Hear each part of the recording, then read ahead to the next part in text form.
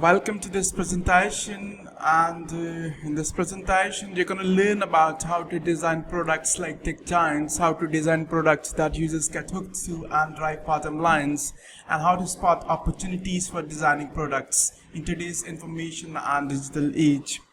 And all what I'm going to share is based upon the book Hooked, written by Nir Eyal with Ryan Hoover.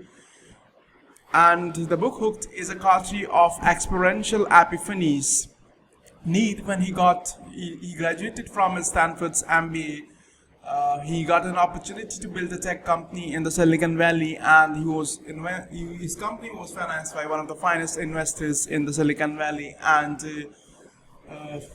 so he started building his company. He started working on lots of tech products, and while he was building those tech products, a lot of questions came to his mind. The questions such as how the products change actions, create compulsion, and engineer consumer behavior. What should be the patterns in the UX design and functionality? Can the compulsive products be used to improve people's lives? And what are the moral implications of building such products?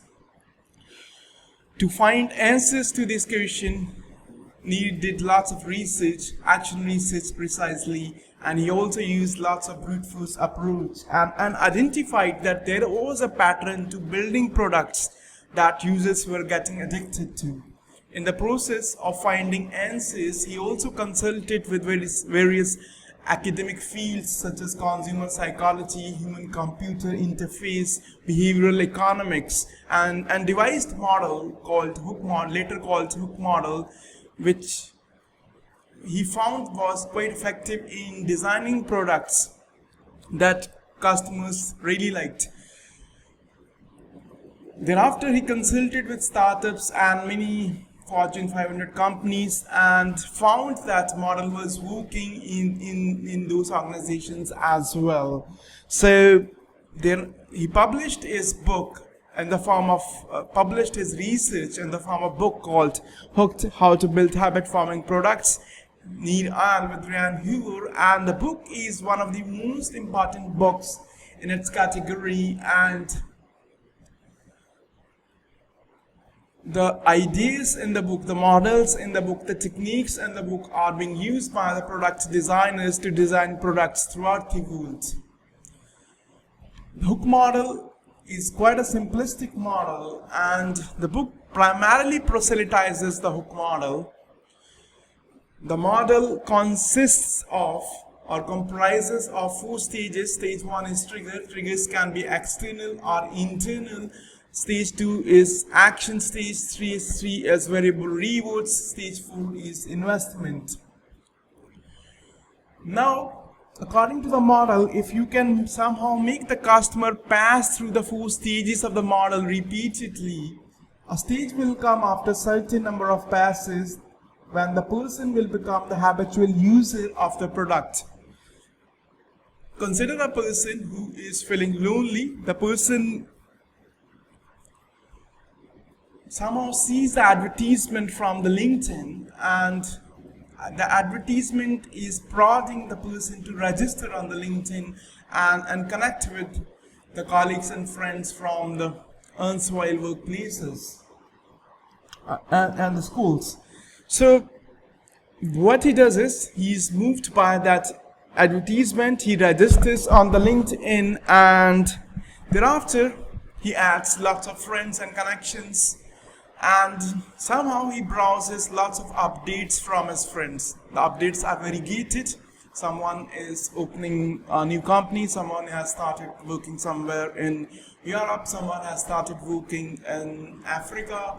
So he will get very gated updates, and thereafter step 4 will come, or the stage 4 will come, in which he will make investments. He will comment on people's updates. He will develop Bonamy and Bender. He will build bonds with the people, and he will also start updating about his or her professional life and personal life.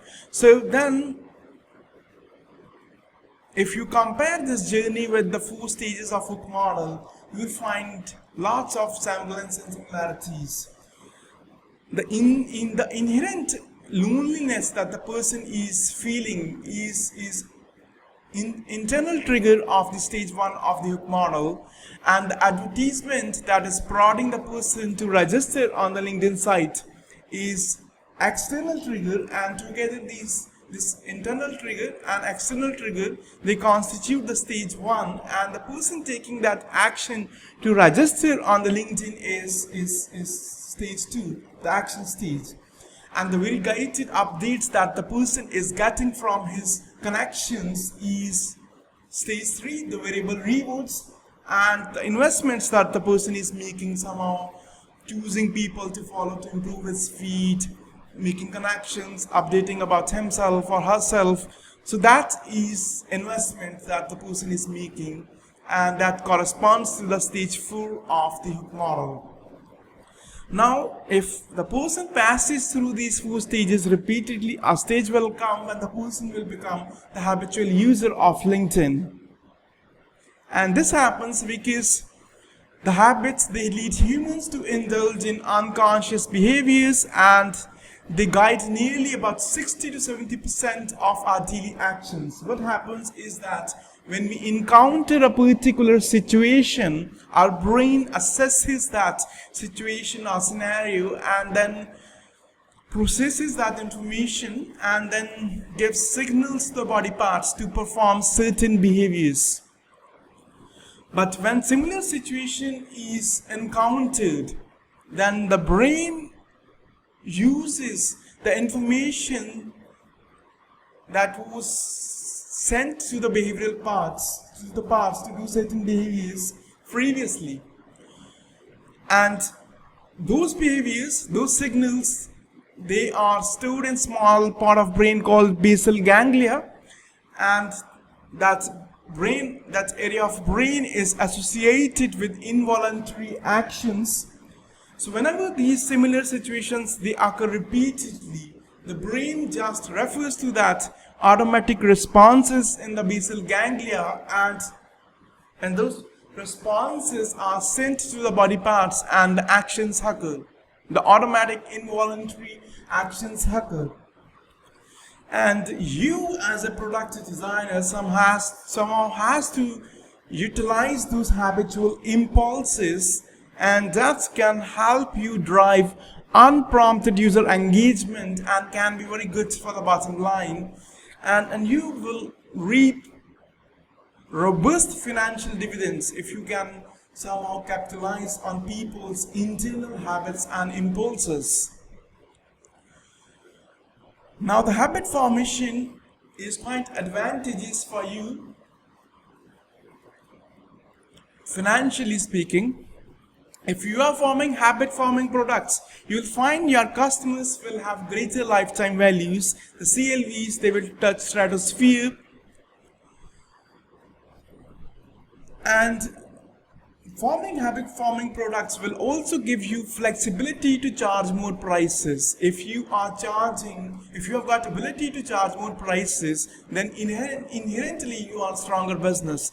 Taking cue from Warren Buffett's words, that the strength of the business can be gauged from its ability to charge greater prices without fearing the loss of customers. So, if you are forming products which are habit forming, you can charge more prices because you will not worry about customers going to other products or customers stopping to use your product. For example, when the people they play video games on internet, initially those games are free, but after some time, when you have passed certain stages, you have developed kind of liking and addiction towards playing those games, the games start charging you some money. Then if you are forming habit forming products, you will find that your growth will be quite fast, because in the case of habit forming products, the VCT, the viral cycle time is quite less. The VCT, or the viral cycle time, is the time taken by one of your existing customer to recommend your product to the new customer. And this is the reason why Facebook was able to defeat Friendster and MySpace, because the VCT in the case of Facebook was quite small. Then if you are forming habit forming products, it will sharpen your competitive edge. Your customers, they will not leave your products and move to competitor products, because there is an inherent tendency in human beings that they prefer familiarity even if they get something better. The research by Harvard Business School Professor John Garville has proven that the people, they prefer to use familiar products rather than shifting to new products. The new products, they have to be at least 10 times better than existing products to be able to poach customers. You don't shift from Google to other search engines, even though some of the search engines that are there, they are technically much better. And same is the case why all the devices, they have QWERTY keyboards. Initially, the QWERTY keyboards, they were invented to preclude the jamming of the bars on those 17th century, 18th century typewriters.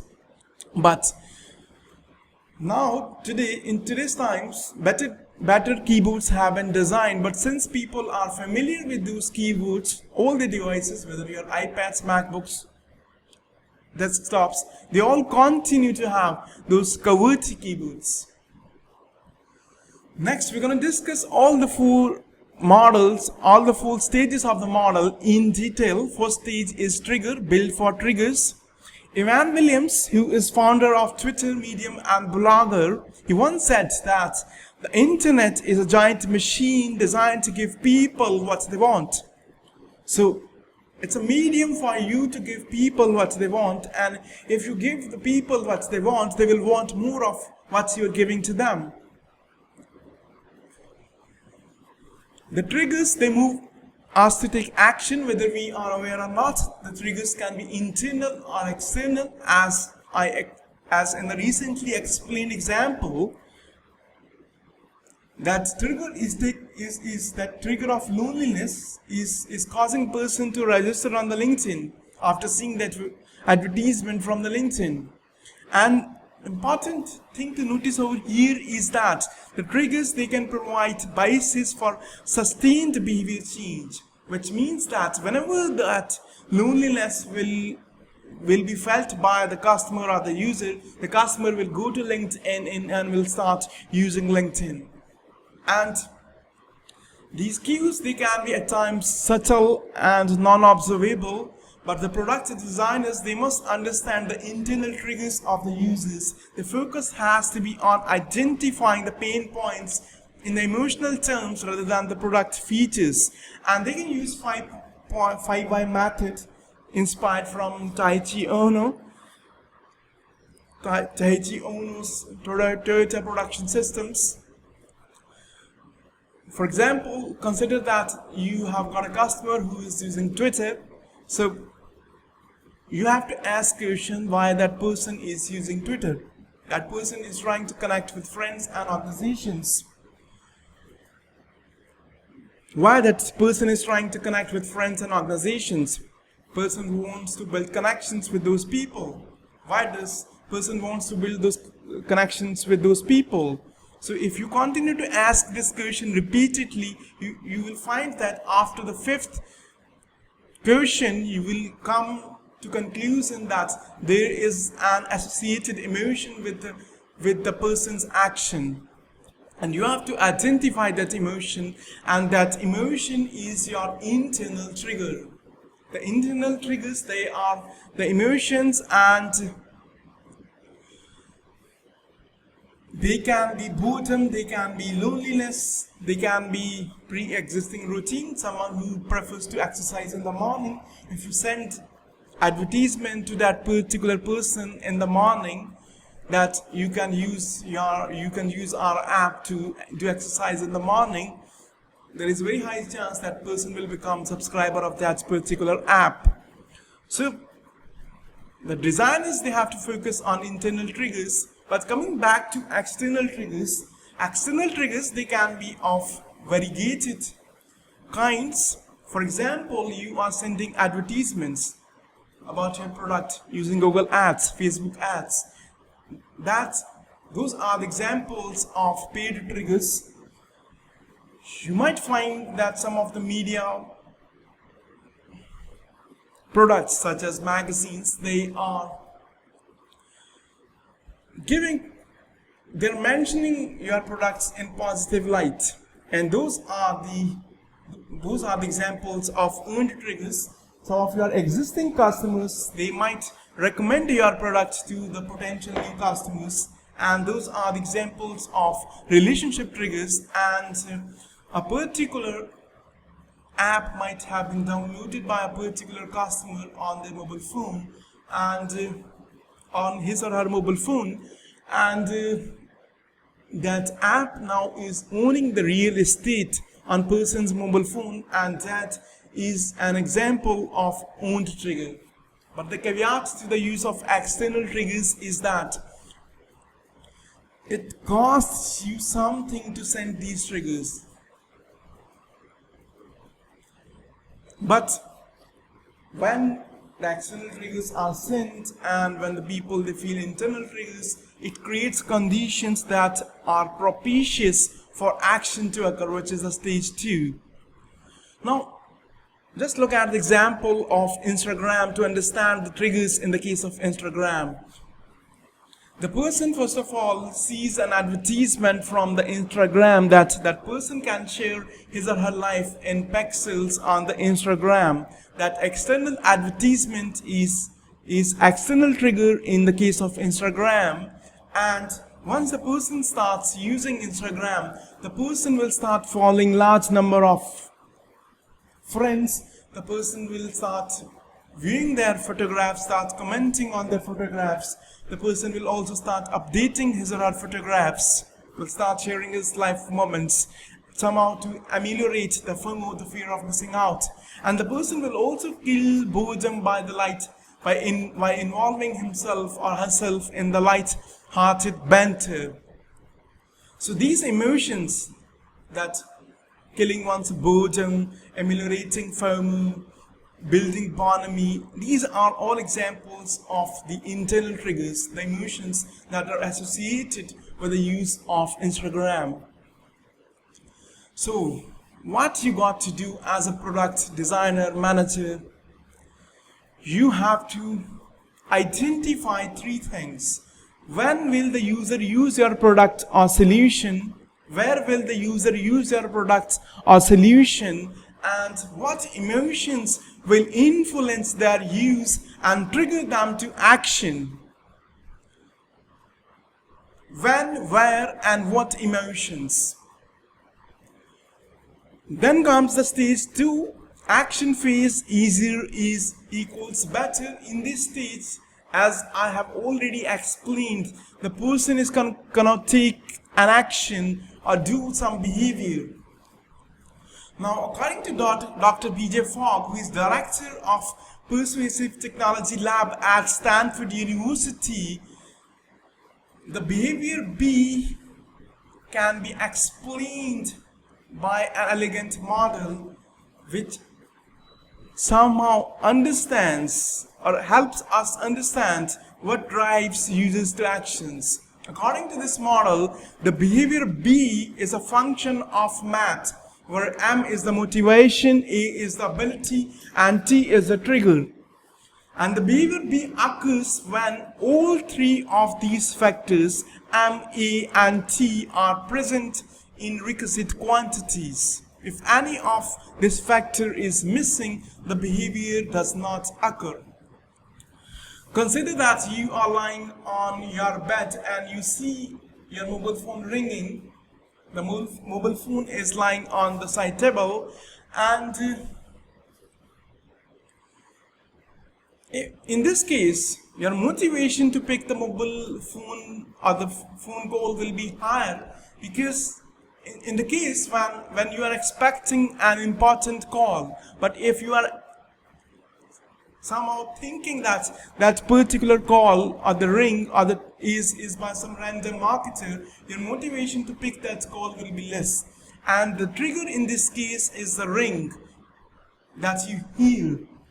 And if the mobile phone is quite near to you, you can simply extend your hand and pick the mobile phone. So in that case, you have got ability to pick the mobile phone. But if the phone is lying in some other room, then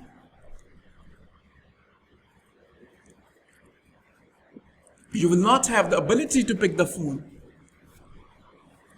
So you can enhance any of these three things, any of these three factors to enhance the probability of action or the behavior occurring. But enhancing motivation of people is something that is quite subjective. The brands, they enhance the motivation of people to do certain behaviors by using their inherent tendencies, such as people, they prefer acceptance over rejectance. The people, they prefer happiness over sadness. And the people, they prefer safety over fear. The Budweiser advertisement is somehow prodding you to, start using that Budweiser, start drinking Budweiser by invoking those, connotations of good times.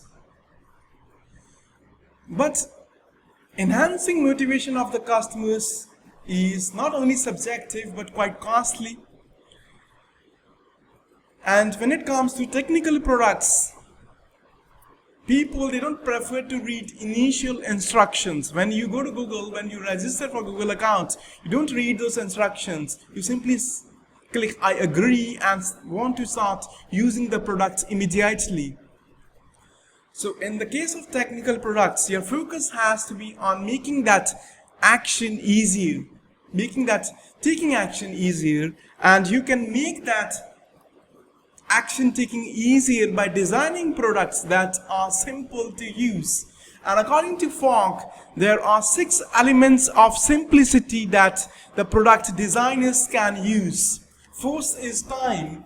If you can design products that require very less time to use, then you are designing products that are simple. If it requires very less investment on the part of customer, to financial investment on the part of customer to start using your product is simple.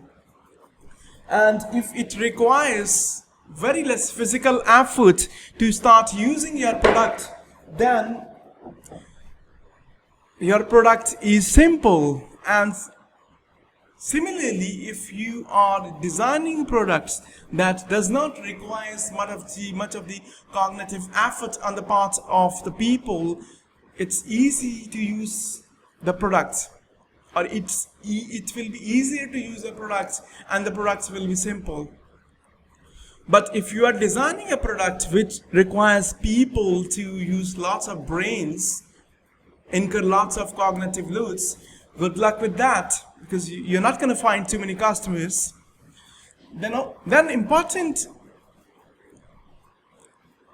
considerations for you to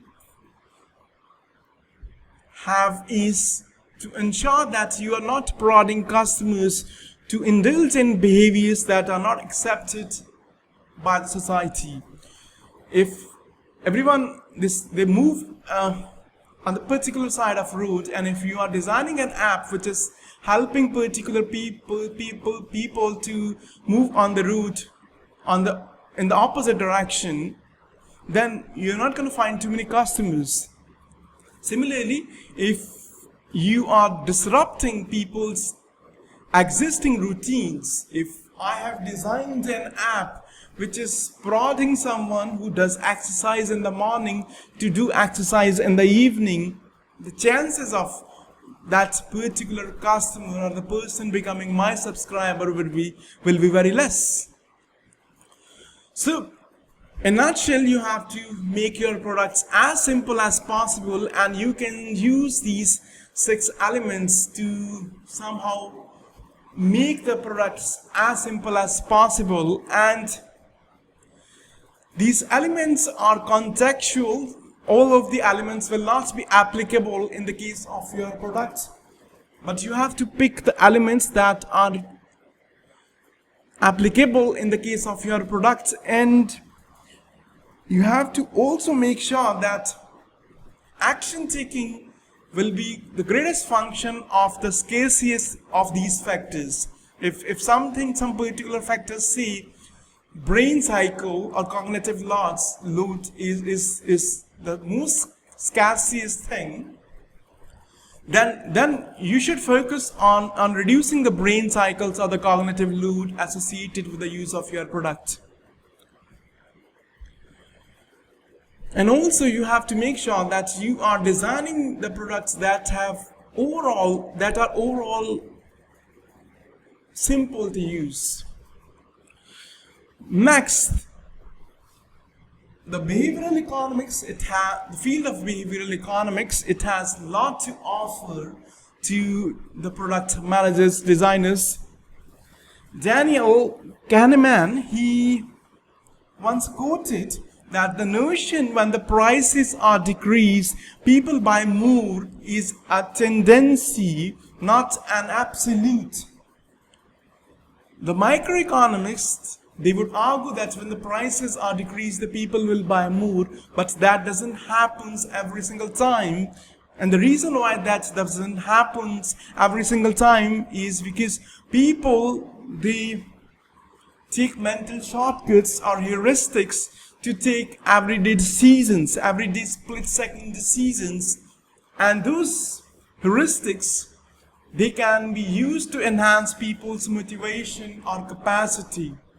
The behavioral economists, they have identified hundreds of such cognitive biases. For example, scarcity effect.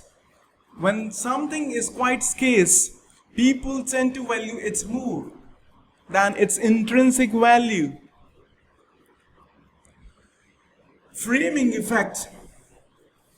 Singer performing on the sides of roads is not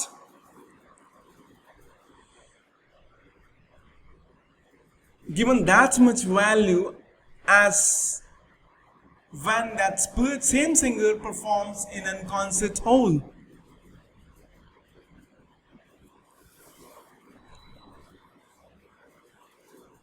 So if you can somehow frame your products in a better, elegant way, you will enhance the value of your product. Similarly, anchoring effect. In the anchoring effect, one particular characteristic is what the customer starts focusing on rather than focusing on the entire repertoire of characteristics of the product. For example, if you are an app and somehow you come with an offer that it's 80% off on your app, subscribed to it. So in this case, many of the customers, they will just focus on that 80% off thing and will not worry about the other characteristics of the product. It might happen, and that is anchoring effect. And then there is something called as endowed progress effect. People, when they are pursuing a particular goal and when they realize that they have made certain progress in pursuance of that goal, that progress somehow motivates them to further pursue that goal. And this endowed progress effect is used by social networking sites like Facebook, LinkedIn to somehow prod people to divulge more details about themselves. When you register on the LinkedIn, you will find that there will be a bar which will be indicating that your profile is 40% complete, 60% complete. And as soon as you fill in your details, your name and email ID, you'll find that it will show that your profile is 40% complete. And that indicator that your profile is already 40% complete prods people to, or prods you to divulge more details about yourself. The product designers can use many of these cognitive biases and can prod people to start using their products, become their subscribers.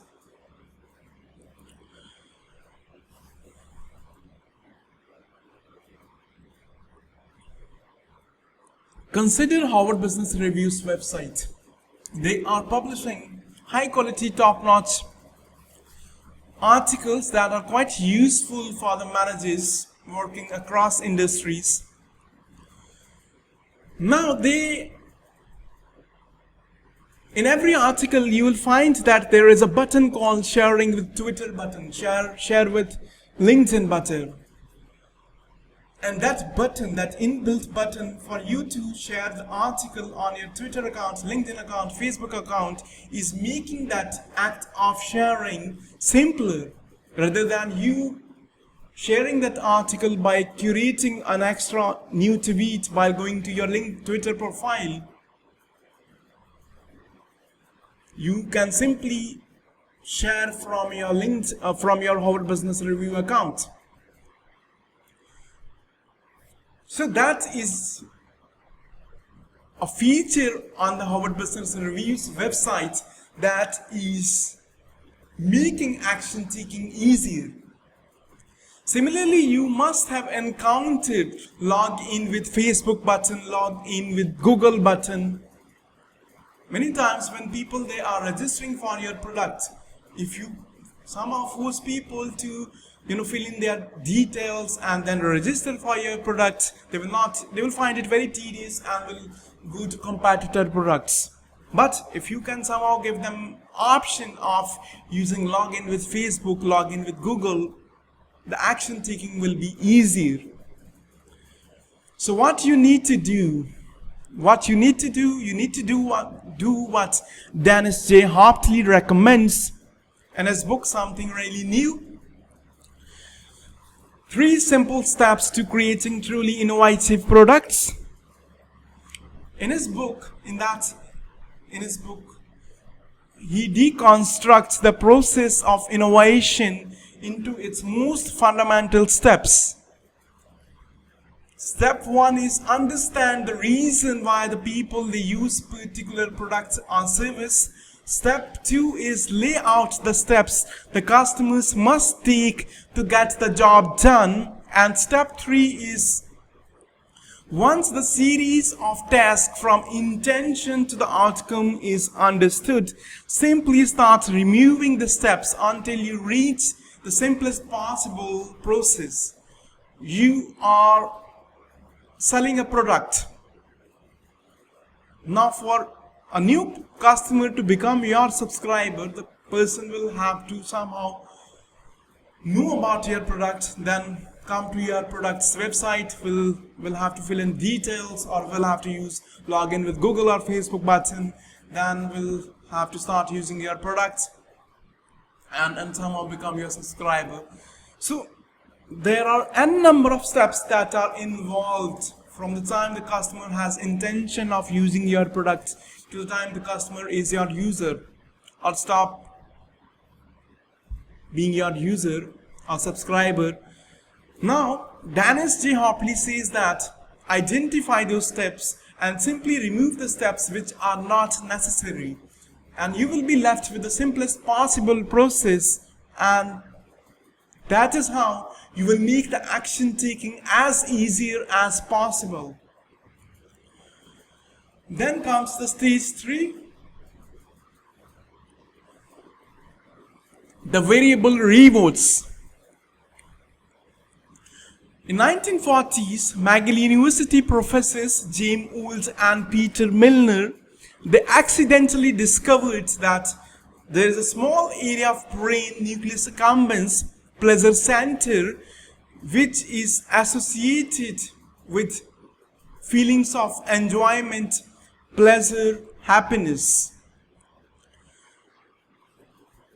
And that recent research by Stanford professor Brian Knudsen has shown that the nucleus accumbens is not activated when the reward is awarded, but in anticipation of reward.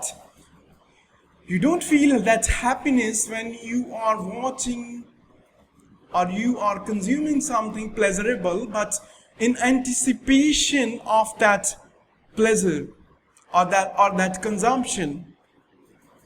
So there is a difference. consumption of particular thing and anticipation of consumption of something that is pleasurable.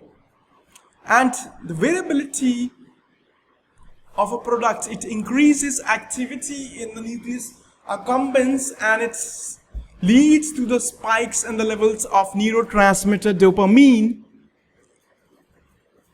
which drives our search for rewards. So when the products, they offer variability, there is spike in the activity of nucleus accumbens due to the release of dopamine, and that enhances our search for rewards. The activity in the nucleus accumbens is enhanced when we experience products that are uncertain, that are variable, that somehow we feel are quite curious, that are satiating our curiosity. So the point is that there is a pleasure center in the brain that is associated with the feelings of happiness, enjoyment, and that center is activated when somehow people anticipate curiosity, uncertainty, variability.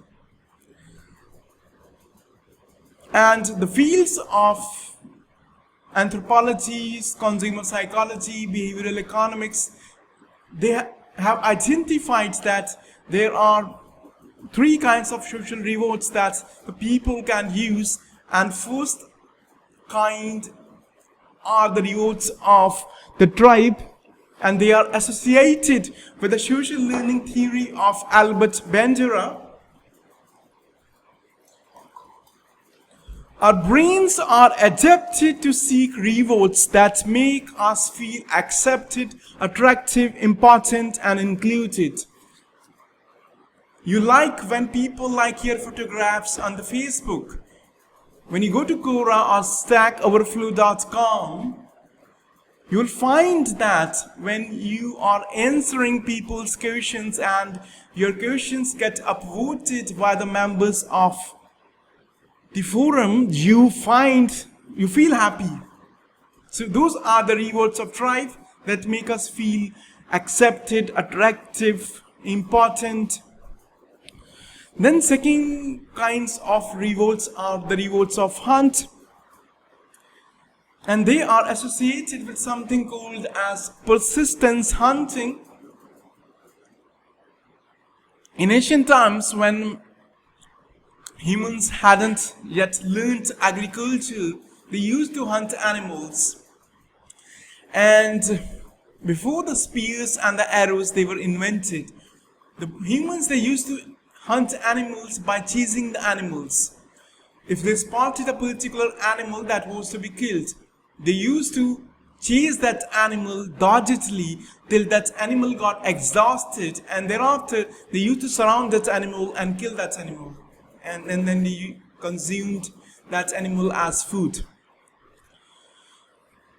In this whole process, there was a kind of a dogged persistence amongst the humans to chase that animal, and that characteristic of people of humans is still somehow is prevalent in, or rather is impacting people's or humans' behaviors in today's times. Though maybe in somewhat vestigial manner, but it impacts people's behaviors. The people, they are somehow naturally inclined to seek more of monetary awards, material goods and information. If you are earning something, you want to earn more. If you have got access to particular information, you want greater access. For example, when you go to Pinterest and you see objects of desire, as you see the objects of desire, you scroll down and you want to see more objects of desire, and then you scroll down and then you want to see more objects of desire, and you continue to scrolling down and down. So rewards of hunt, innate tendency of human beings to seek more monetary rewards and information. Then comes the rewards of self, and they are associated with the self-determination theory of advocacy. The people, they desire to become self-determined, and they find self-determination when their needs for competence, connection, and autonomy are fulfilled.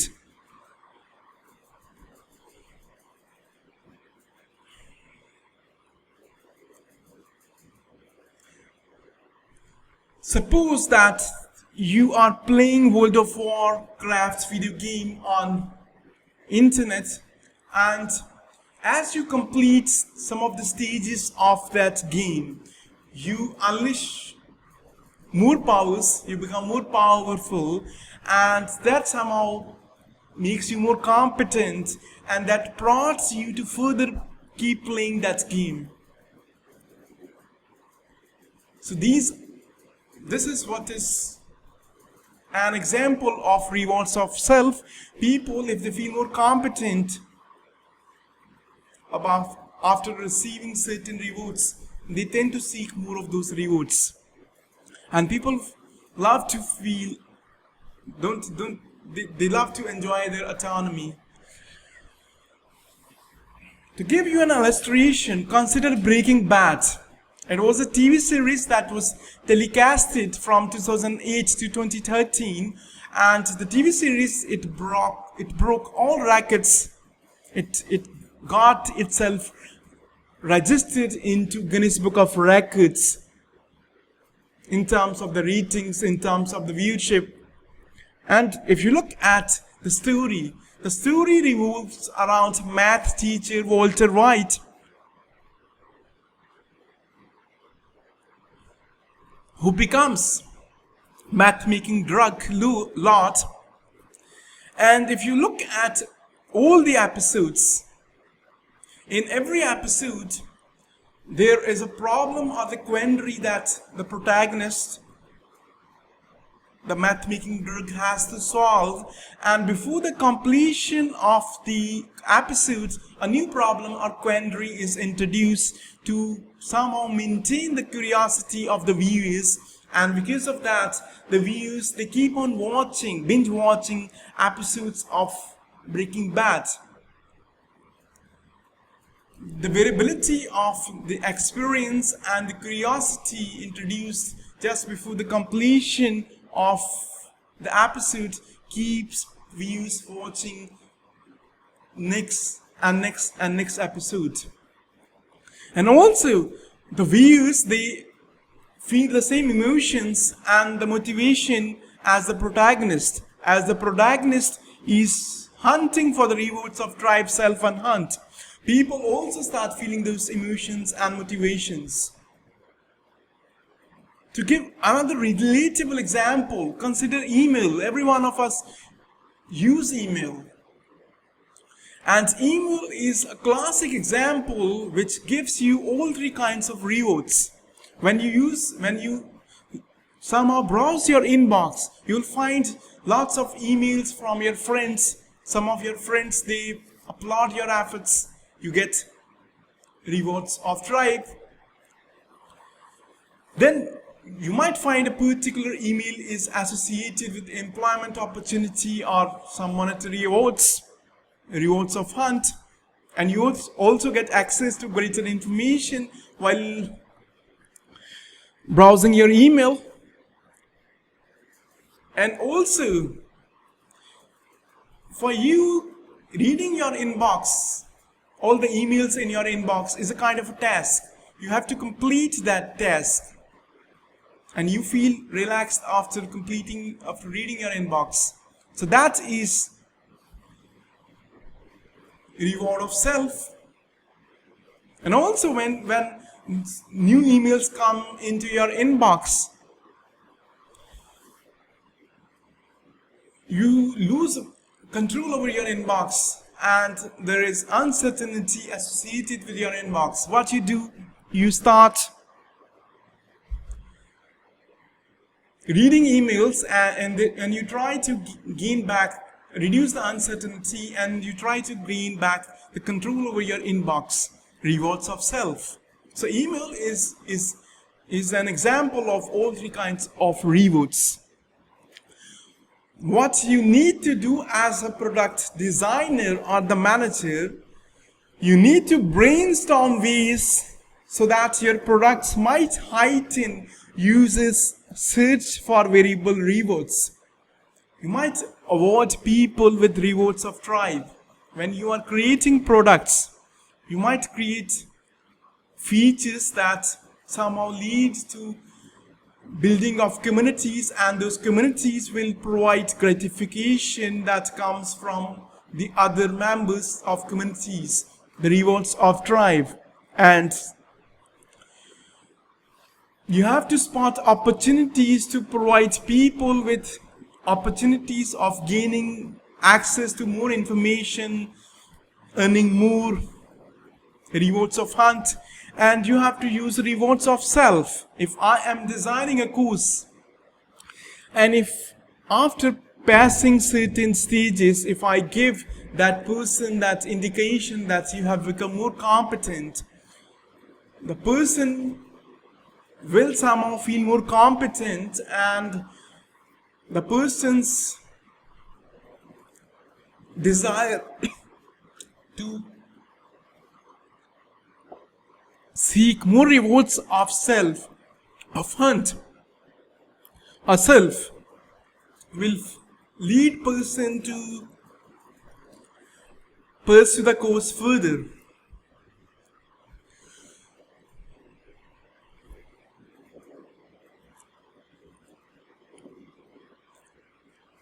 Then comes the stage 4. Our labor leads to love. There is something called as IKEA effect, and it is related with the brand, the furniture brand IKEA. If you buy IKEA furniture, it does not come in ready-made form. You have to somehow buy that furniture and assemble it yourself.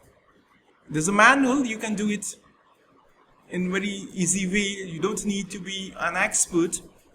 But once you assemble your furniture yourself, you start liking that furniture, and you don't purchase the furniture of competitors in the future.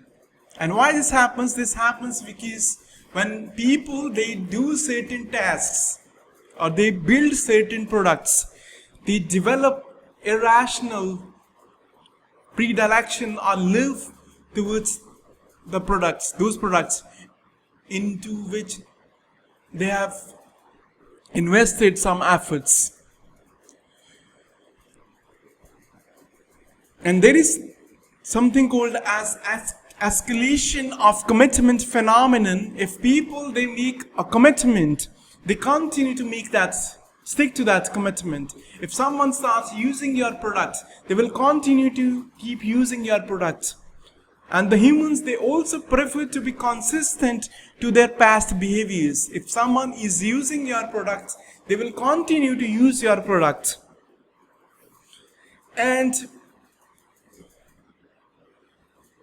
in the stage 4, you can somehow make customers to do certain investments, and those investments, they can store value in the form of skill, content, reputation, following, and preclude shifts to competitor product.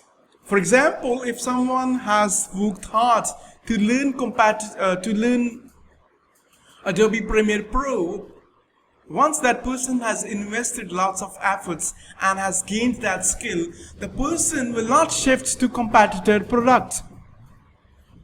Similarly, if you are a Twitter user and if you've got a big following on Twitter, you've got large number of followers, you will not shift to competitor products because your investments are storing that value in the form of following. Then the value can also be stored in the form of reputation. Consider the products like Airbnb, or the platforms like Airbnb or Upwork or eBay on the eBay, if you are a seller who has got very high ratings, you will not shift to competitor platform to sell your products, because higher ratings, the better reputation will help you sell your products. And also the technical products, they can improve their output based upon the uses of the products. When you register on the Spotify and start listening to music, initially people will listen to the songs that are somehow related to their initial preferences, but as the people listen to more of songs, you will find that the Spotify will identify the choices, the likings of the users precisely, and the person will get better recommendations, which are more as per the likings of the person, which are more related to person's likings. Mint is an app, it's a financial management app, personal financial management app, and large number of people use this app to manage their finances, personal finances. But if you start you actively link your accounts, you start categorizing transactions, creating budgets, you somehow relate all your sources of income with the Mint app. The Mint app's outputs or the recommendations for you will improve. The app will recommend you better way of managing your personal finances.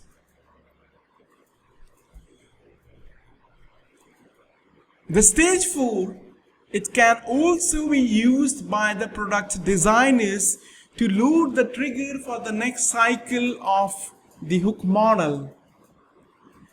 For example, when you browse Pinterest, as you reach the bottom of the page, you will find that the objects of desire on the next page are shown in the form of half images, and that somehow entices the users to browse further.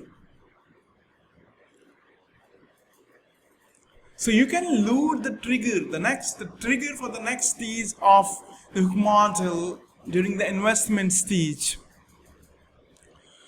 So what you got to ask yourself, you got to brainstorm ways to add small investments into your product to load the next trigger and store value as data, reputation, content, skill, and followers. But understand that if you somehow prompt your users to make large amounts of investment in the initial cycles of the book model, you will make transversing through the hook model difficult. In the initial cycles, you have to somehow prod customers to make small investments, and as the number of cycles increase, as the customers they have passed through large number of cycles, you can slowly increase the amount of investment. Then I'm going to share the story of Bobby Gruenewald. He's the designer and the builder of Bible app. He was inspired by Gutenberg's invention. The Gutenberg's invention, it revolutionized the accessibility of Bibles. In the ancient times, the people they had to go to churches, they had to listen to the priests to hear the message of the Bible. But when the printing press was invented, the accessibility of Bible got enhanced. People got access to keeping Bibles in their homes. But the coming of internet provided bigger opportunity to take that message to the masses. And Bobby Gruenewald wanted to capitalize on that opportunity. So he designed that Bible app to somehow, execute his motivation of taking Bible's masses to larger number of people. And the Bible app was one of the first apps that was launched on Apple platform in July 2008. Currently, there are about 5,300 Bible apps on Apple's app platform, but this app is maintaining its lead in terms of ratings, in terms of the users that are using this app to listen to Bible's messages or teachings. And this app is a classic case study of how the technology can change the behavior of the people by using the principle of consumer psychology with the latest in data analytics. When the author, he interviewed Bobby Gruenewald, he found two passions. One passion was that he was really motivated to take the message of the Bible to the masses. And second passion was that was really very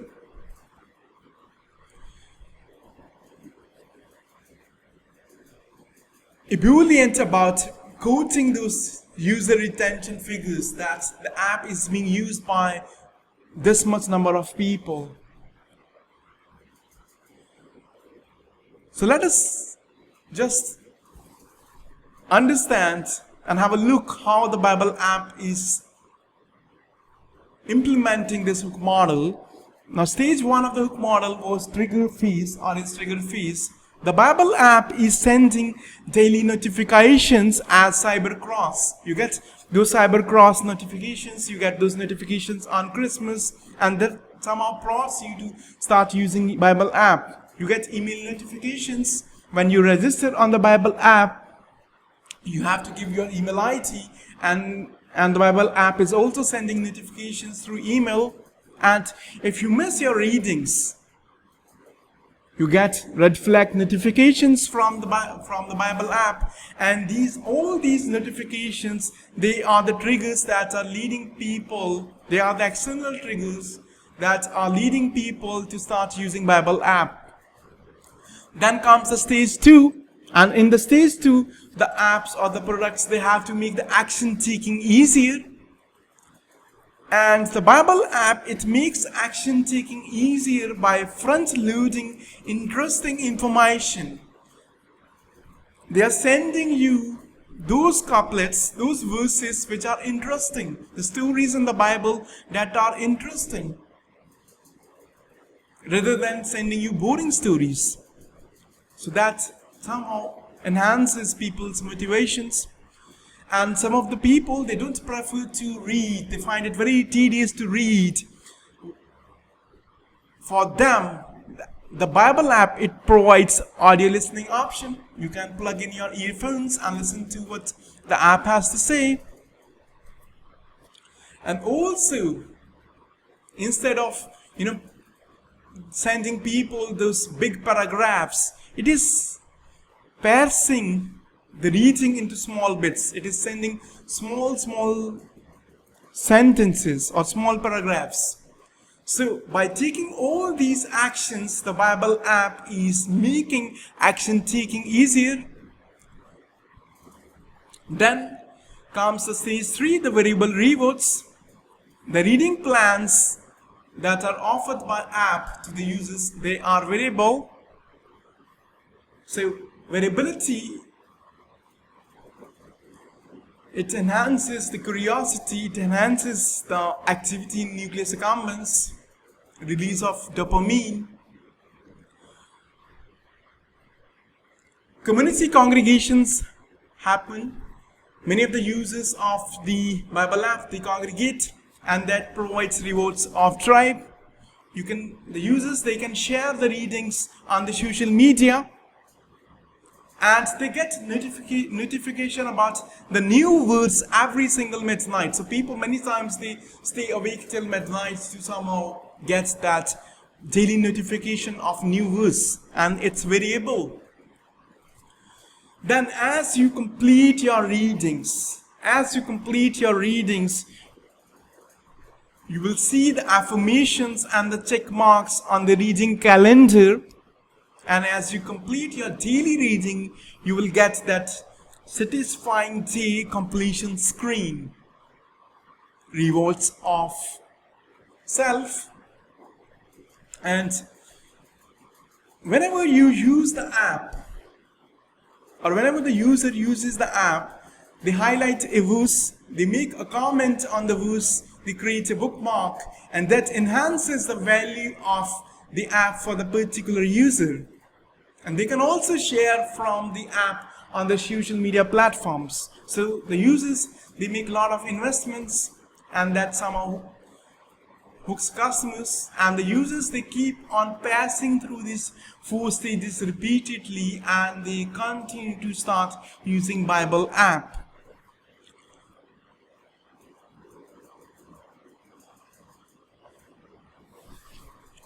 When you are building your products using hook model, you will somehow make sure that you are taking all those 4 stages into cognizance. And suppose that you have designed the product.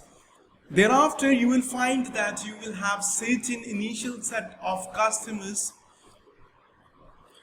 You have started a SaaS service. You will find some of the initial subscribers.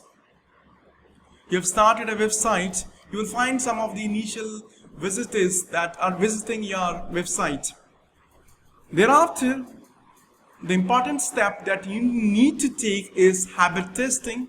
The step is inspired by build, measure, and learn methodology enunciated by Lean Startup Movement. The Lean Startup Movement that is associated with Eric Ries, Lean Startup writer. So once you have built your products, you have launched your products in the market, you have got some initial customers, you have to define and identify your habitual users first of all. Who are your habitual users? If you are designing something like Facebook, LinkedIn, a social networking platform, you will somehow need people to visit your platform 4 to 5 times every single day. So in that case, a habitual user for you would be someone who is visiting your platform 4 to 5 times a day. But if you are designing something like rotten tomatoes, so in that case, you will somehow would somehow expect the people to visit your website once or twice a week, because people, they watch movies once or twice a week. So in that case, the habitual user would be someone who is visiting your website once or twice a week. So depending on the product that you have designed, you have to identify your habitual users. You have to do cohort analysis of your users and define and identify your habitual users. Then comes the step 2. You have to codify the path. You have to sieve the path, habit path that is taken by your most habitual users. And in the step 3, you have to modify your product to nudge the new users to take the same path as is being taken by your habitual users. And amending might require you to change your registration funnel, might require you to efface, and a feature might require you to introduce a new feature. For example, Twitter, when it was designing its product, it found that when the customers or the users, they started following other people on the platform, they became habitual users. They did not leave Twitter after that. So what Twitter did, it amended its product and prodded the new users to start following other people as soon as they registered on Twitter. The Twitter's value proposition is discover about the people and the organizations you care about. So you have to amend your product so as to make sure that the new users, they are taking the same path as is being taken by your habitual users.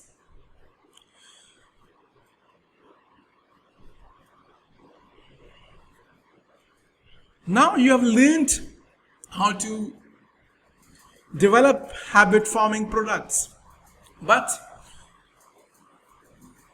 there's something more important that you need to learn, and that is how to spot opportunities for developing habit forming products. What kind of products to design? What kind of products might find success in the market, especially in the context of today's tech waves, information scenario, digitalization. So for this, there are lots of approaches, but the first thing that you need to somehow consider is what Paul Graham recommends to entrepreneurs. He says that leave the sexy sounding ideas behind and instead build for your own needs. Do not think about those hi-fi science fiction ideas. Focus on your life. Analyze your experiences, identify the pain points, and develop products to solve those pain points. For example, Joel Gascoigne is the founder of Buffer app. Buffer app is an app that helps the users to make posts on various social media platforms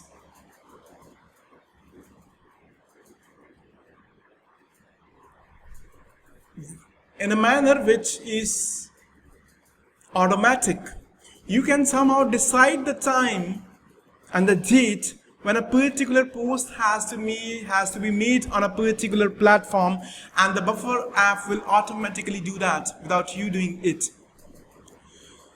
So if you are working in an industry where you are somehow interacting with the people who are located in different time zones, you will need to somehow make posts at different times, and that sort of app will be quite useful for you.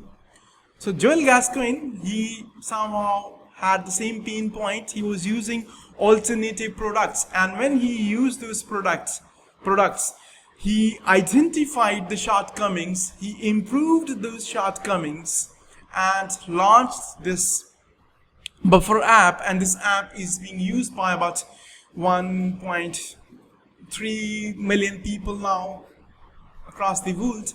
So scratch your own itch. Then there are certain approaches that the book recommends which can help you identify opportunities for developing habit forming products. And first of those approach is identifying the nascent behaviors. There are certain behaviors which are initially adopted by a small number of users, but after some time those behaviors, they become mass behaviors. For example, Facebook was initially the behavior that was associated with small group of students in certain educational institutions, but nowadays it is used by more than 2 billion people across the world. But you gotta have observational acumen to understand, to identify which behaviors have the potential to turn into mass behaviors. Not every nascent behavior turns into mass behavior. And also there is predilection and tendency amongst human beings and the media houses to somehow deride, mock the nascent behaviors.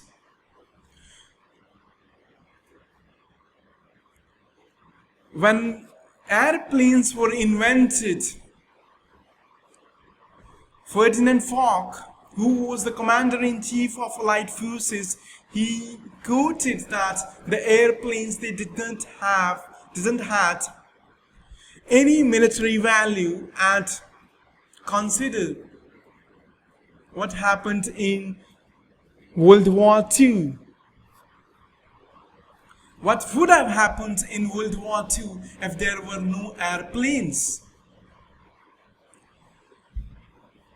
Clifford Stoll, he wrote an article in 1990s, no matter what happens, nothing will replace the hard newspapers.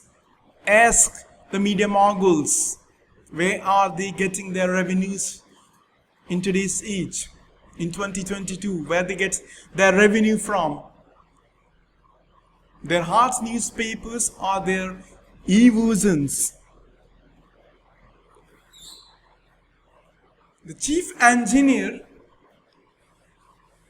of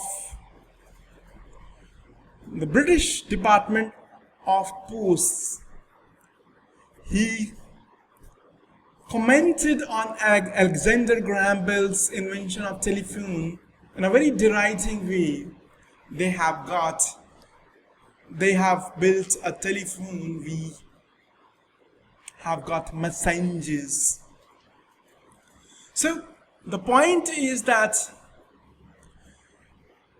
the nascent behaviors, they are derided, mocked, neglected by most of the people, most of the media houses, but you have to be able to identify the behaviors which have got potential to turn into mass behaviors.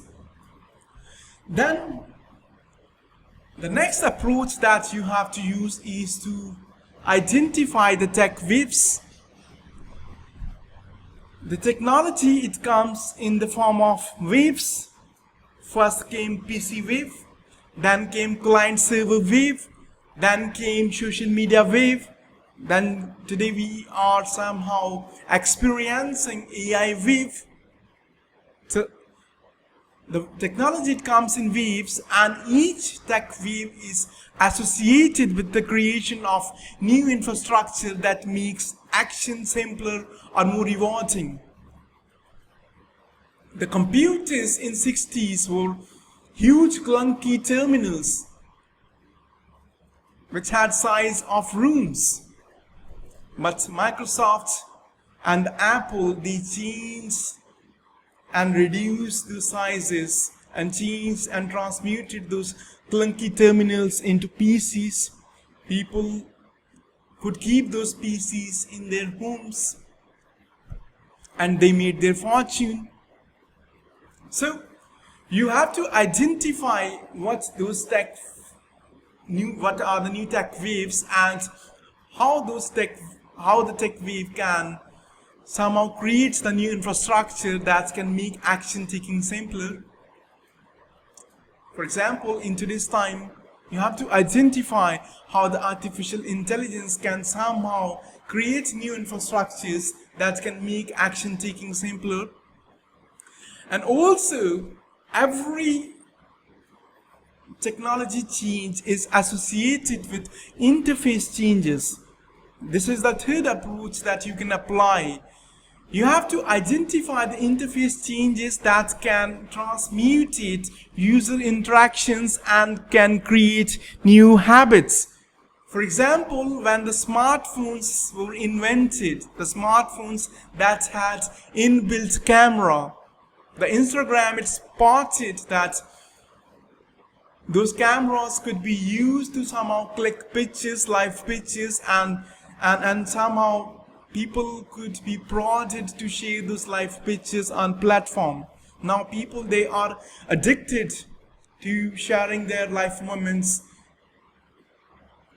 with the help of smartphones on Instagram. So the interface changed.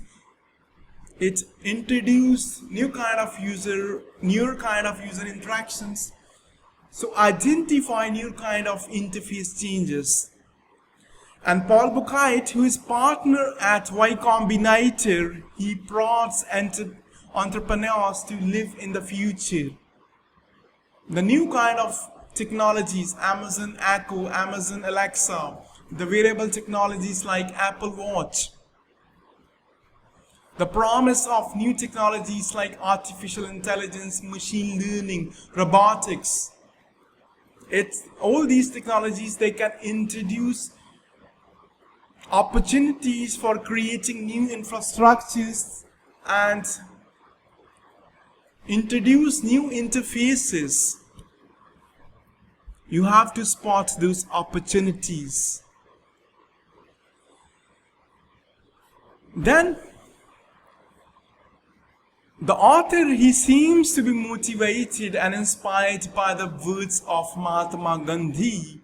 Be the change that you want to see in others. And he recommends that the habit forming products that have got potential to change the behaviors of large number of people seminally, they have to be somehow designed, used in very cautious manner. As the people, they have got access to technology, as the access to internet and smartphones has increased, people are becoming more addicted to these products, habit forming products.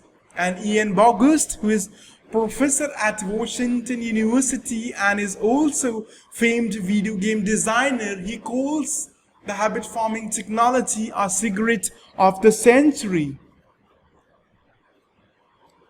And Paul Graham, who is founder of the Y Combinator, he observes in one of his writings that currently there are no societal antibodies against these addictive technologies, and he somehow recommends the users to take care of themselves unless or until they want to be canary in the coal mine. With the increasing pervasiveness and the persuasiveness of the technology, there are voices that have erupted inside the industry that are clamoring for building regulations. And I think that it's quite incumbent and it's quite ethical for the industries or the product designers or the managers or the companies to somehow notify the users when they are developing detrimental dependencies. According to the user data, those kind of users are only less than 1%, and such users, they do not, if you notify such users, that's not going to impact your financial dividends, but that can somehow improve your social branding. And according to Chris Nader, who is author of book Evil by Design, it's okay to deceive people if it is in their best interest or if they have given an explicit consent. The author, he has devised a model which can somehow help the product designers or the managers or the companies to design products and impact society in a positive way. That model is called as manipulation matrix. And according to this matrix, there are 4 kinds of product designers. The first, the designers in the first quadrant are the facilitators. They are the designers that think that their products are creating positive impact on the society, that their products are creating positive value for their users, and these designers, they are also using their products. These entrepreneurs or designers, they have maximum chances of success as they closely understand the needs of the users. They have got first-hand experience of the users as they are using the product themselves. Then the peddlers are the entrepreneurs who are building products which they think are creating positive value for the users, but they are not using their product themselves. Since these peddlers, they lack empathy as they are not using the product themselves, many times they somehow don't have access to high quality insights, and their products often lead to failures, time consuming failures. Then the third category of product designers or the entrepreneurs are the entertainers. They are building products which they believe somehow are entertaining the users. Entertainment is a form of art. It has got a value, a tangible value. But when it comes to entertainers, they are in a very different kind of business. In the entertainment industry, you have to produce lots of products. Some of the products, they become hits. Many of the products, they do not become hits. A particular composer, when composes a song, one of the songs might turn into big hit, but many of the songs will not turn into big hits. And also the song that turns into big hit is transmuted into nostalgia after some time. Every novel that is popular amongst the readers becomes a brain candy after some time.